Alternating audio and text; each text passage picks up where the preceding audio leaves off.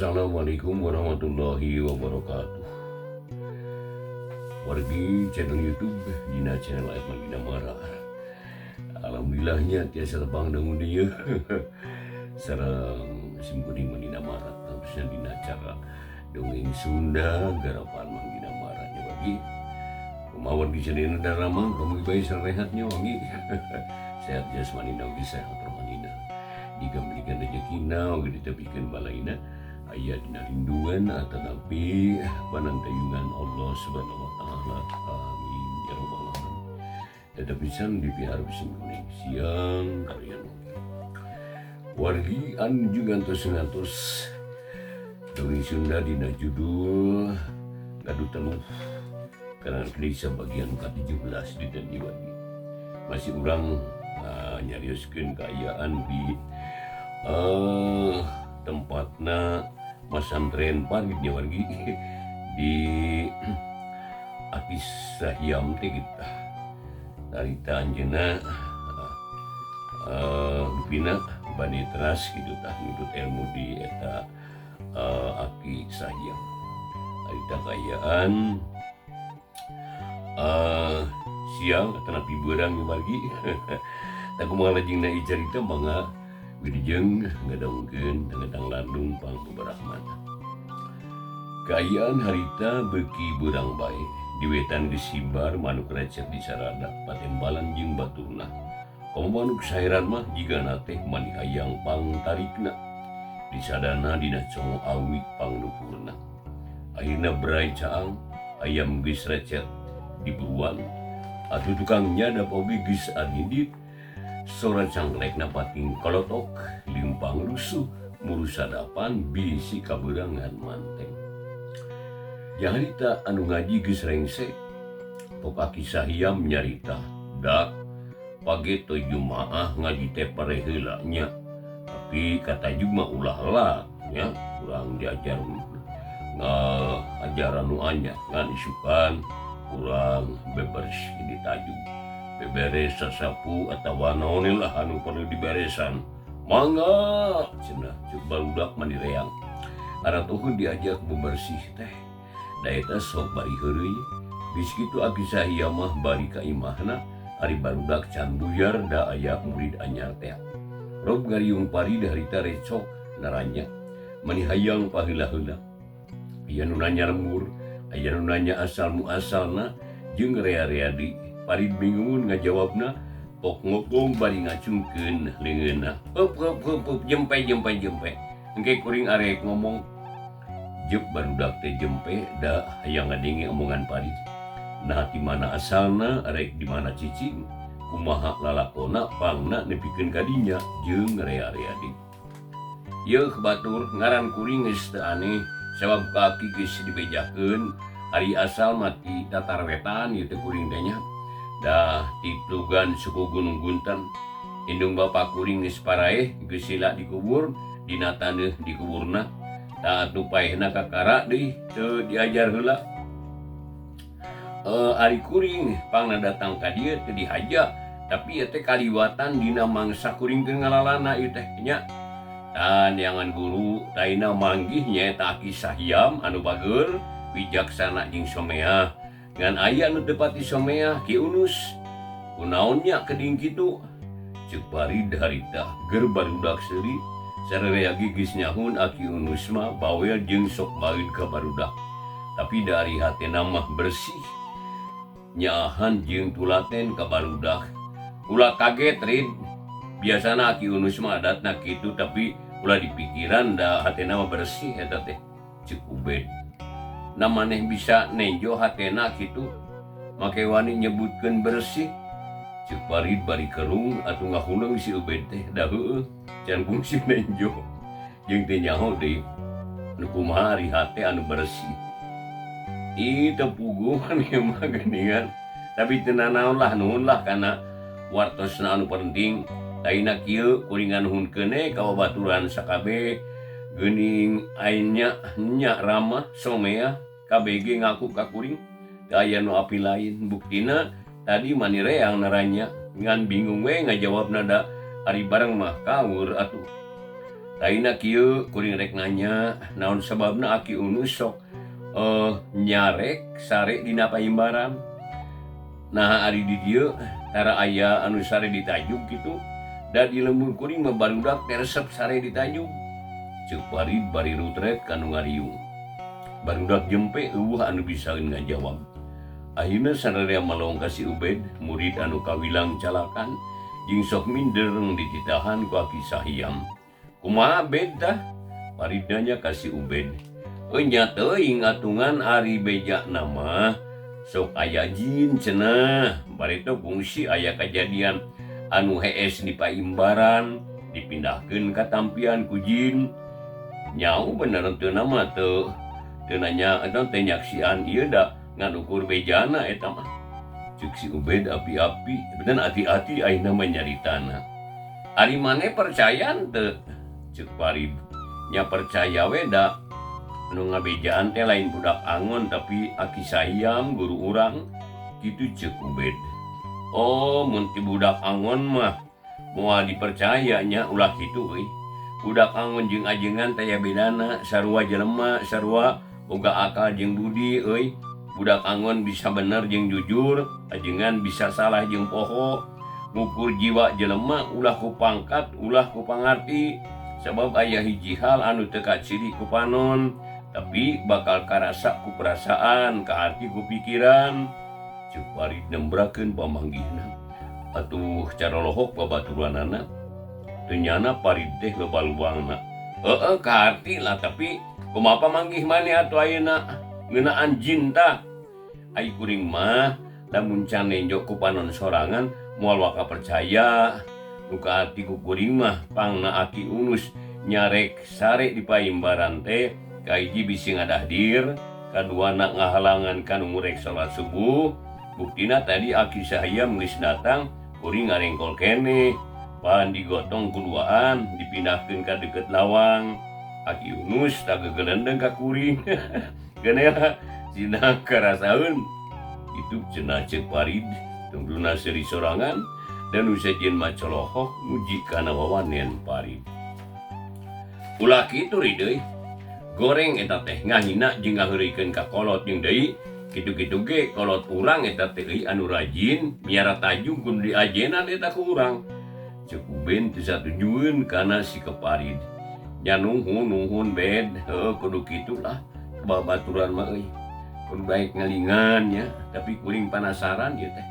Peda tadi maneh nyebutkeun yen sok aya jin dina paimbaran, kumaha dongengna? Ih, teu aya dongengna mah aya ge beja ti Aki Sahyam. Baheula cenah di hiji masjid sok loba anu ngenong. Tapi isuk-isuk sok aya anu paeh saurang. Eta kajadian teh nu mangsung nepi ka saminggu. Tadina hiji peuting cenah diintip ku kiai. Horeng si mana horeng tengah peuting teh aya tumila sagede tampir. Tulalena oge sagede bitis. Jadi pantes lamun sakali nyerot teh getih jelema teh behak nepikeun ka paehna. Nah tina jin jadi los-los kana tumila ieu teh. Parid dengartieun. Eta jin teh nu sok diserot getihna teh anu heesna nu sok nyerot getihna teh nu heesna teh dina paimbaran. Cukup beda da keheulun sabab Parid teh unggal ngomong teh garengkasan batur wae. Da percaya wingan.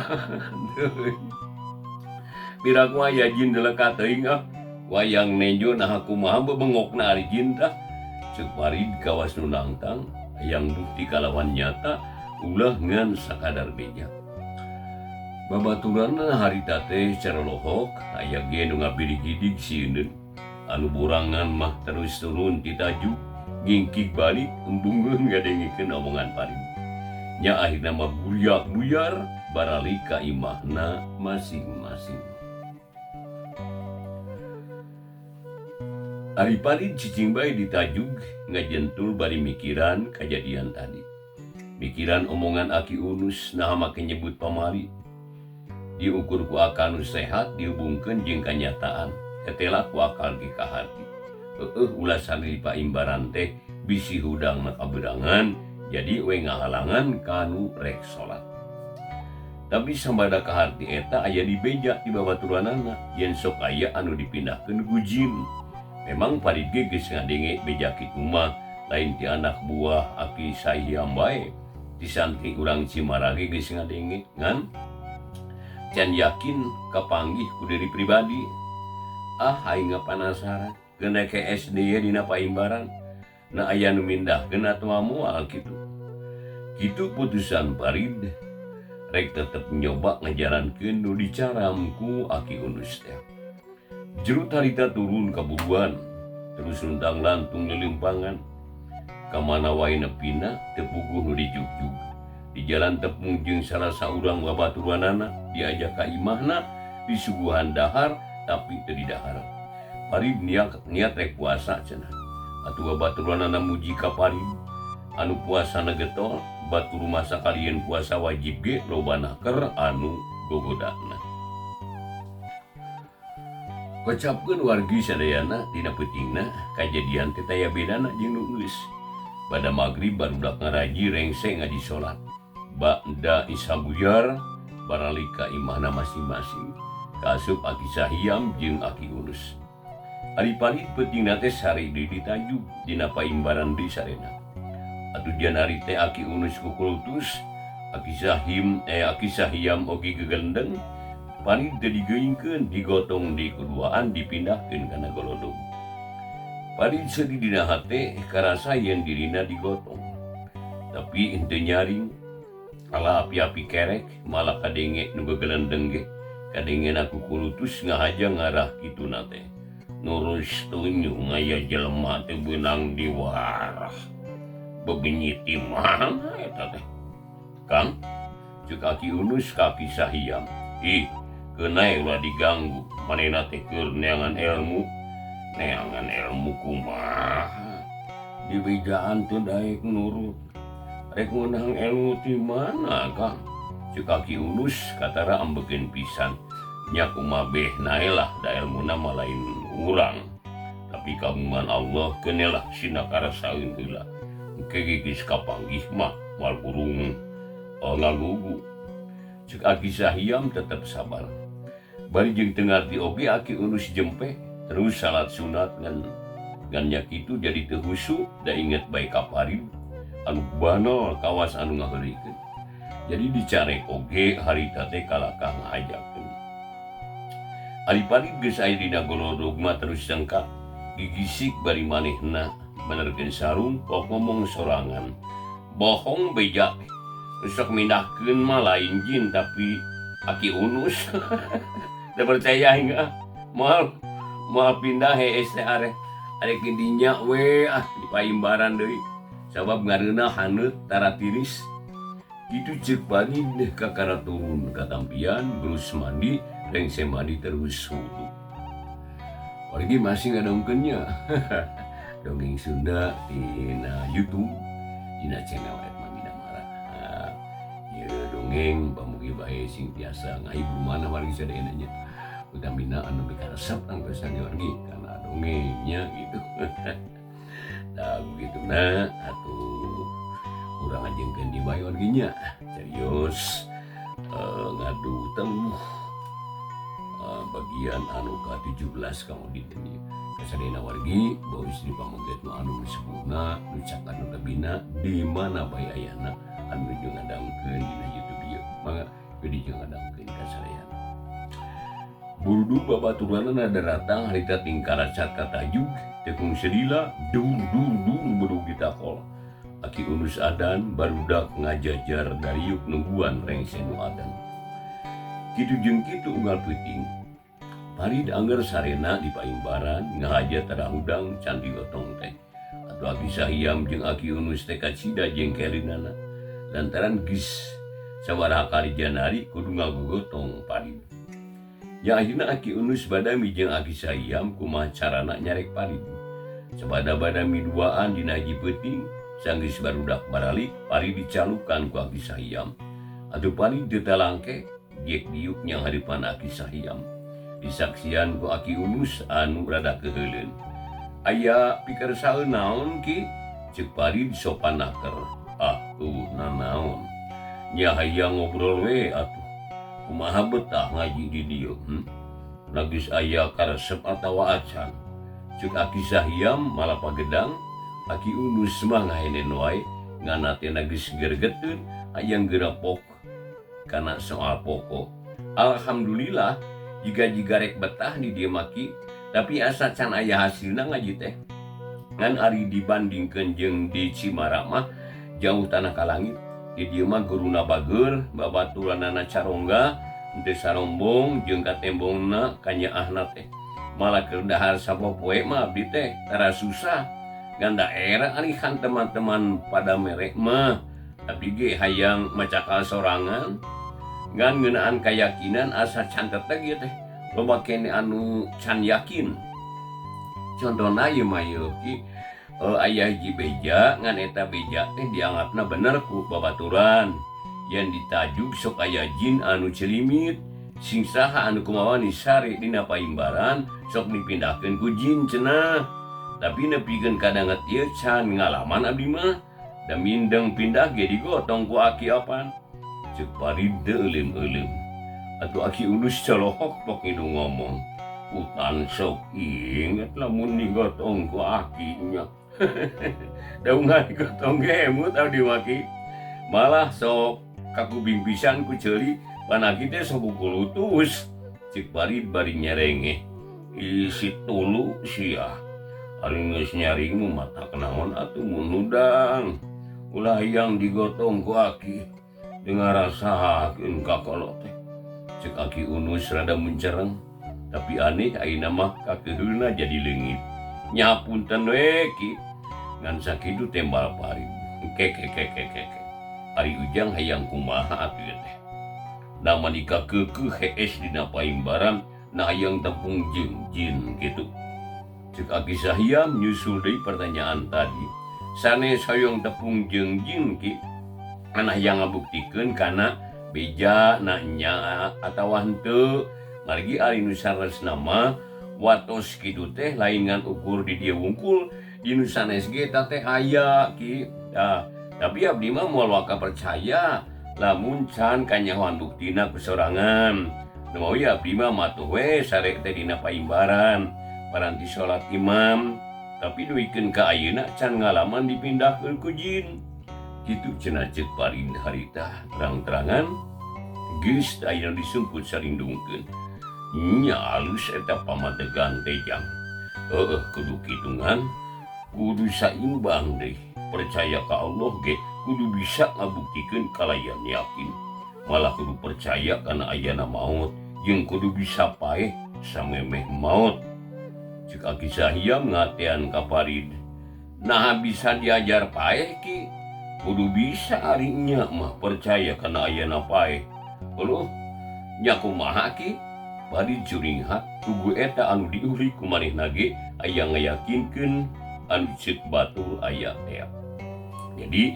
hayang nyaan kapanggih jeung karasa kusorangan aki teu bisa nerangkeun anu kitu mah ngan mun ujang hayang ngajaran kitu pek teruskeun teh ka dieu teh sagarupa sing yakin supaya bener-bener dina ngalakonan kawajiban anaknya mun ujang percaya ka Allah nya yakinkeun ku hate sarta cuk-curug nepi ka jujungna jadi sing bisa tepung jeung bismillah tepung anu yakin atawa sayakin yakinna ulah ceuk beja ulah ceuk batur ya sabab sanyana unggal manusia boga jiwa masing-masing oge boga rasul masing-masing mun ku ujang terus diulik di pikiran atuh dilenyepan bari dilakonan sarta ngaji diri ngejak raga anu nya eta kabeh bakal kapanggih ku age didoakeun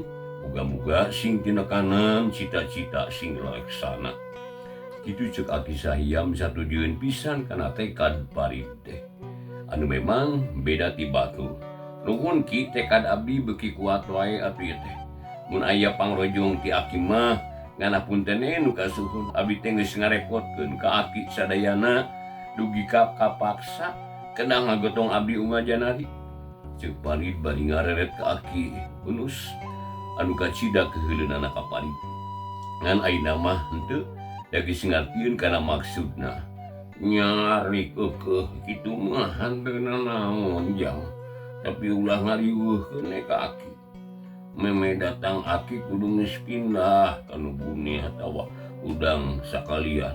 Da waktuna salat subuh, hari subuh mah cek aki unus. Mangga aki mangakeun lah enjingna moal kedah dipayang ku aki. Abdi teh rek bina sorangan.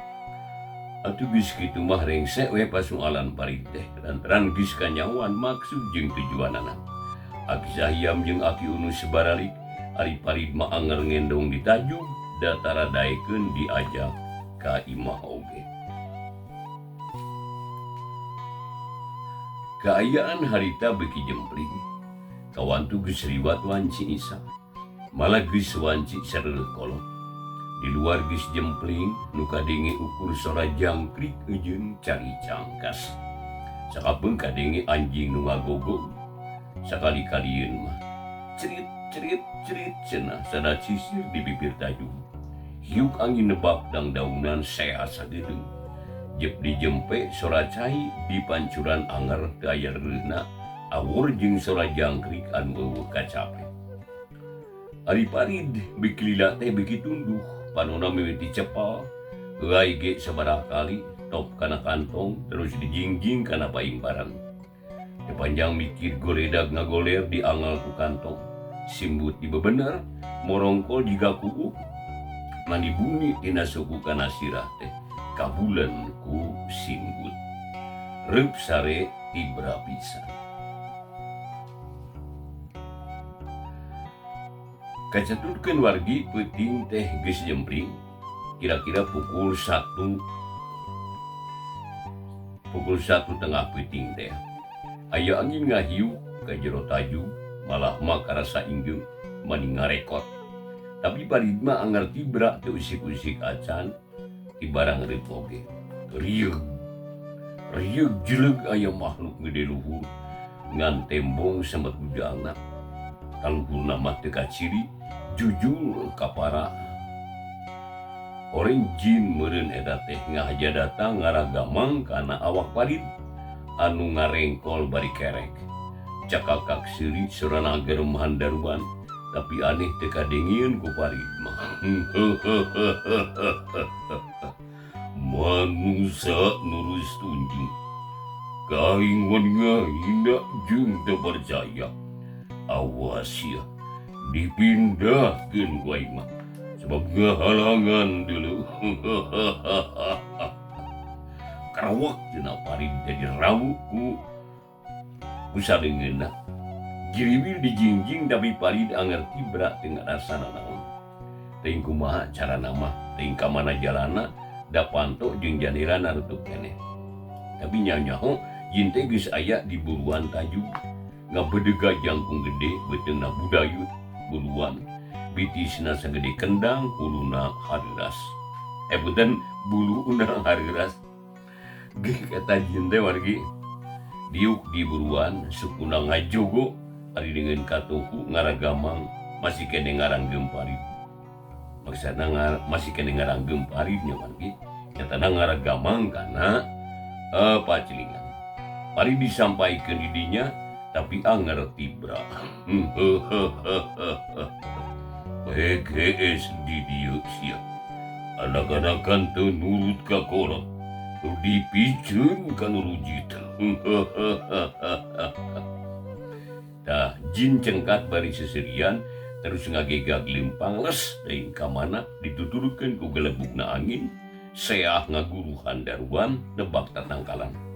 Ting palenot ting aroyag kalakai marulag pangpung garing paregas kaayaan mata keung. Tapi dahi lama jep angin teh jempe sepi teu kawas tadi. Ukur aya hawa tiis harita teh ngahiliwir nyetsep kana hawa janari teh. Jangkrik kreang di sarada di kajauhan kadenge sora kutub anu ngintip laut. Gancana di wetan geus sibar ku fajar harita. Atuh beureum semu kulau sumirat ka Jomantara nyingraikeun dalang sepeuting. Bintang timur huru ngempur cahayana gugur lilapan ngong ayam jago kongkorongok geus aya hiji mah anu disada ditembalan ku baturna atuh raung harita teh patembalan. Hawa begitiis waktu geus ngagayuh ka subuh. Manuk puter disarada bangkong raung patembalan di sawah rancak. Malah waktosna wargi channel YouTube teu nya kapannya rupina dongeng Sunda dina judul kadu teluh bagian anu ke-17 dicekapeun bikeun ka dieu bae wargi sarean pamugi katampi kalian kabingahan atau insya Allah wargi sareananya dinten enjing pamugi urang sadaya tiasa di kapangdangkeun deui. Pandina bareng ngaturkeun nuhun ku parantosan anu jeung baturai. Assalamualaikum warahmatullahi wabarakatuh.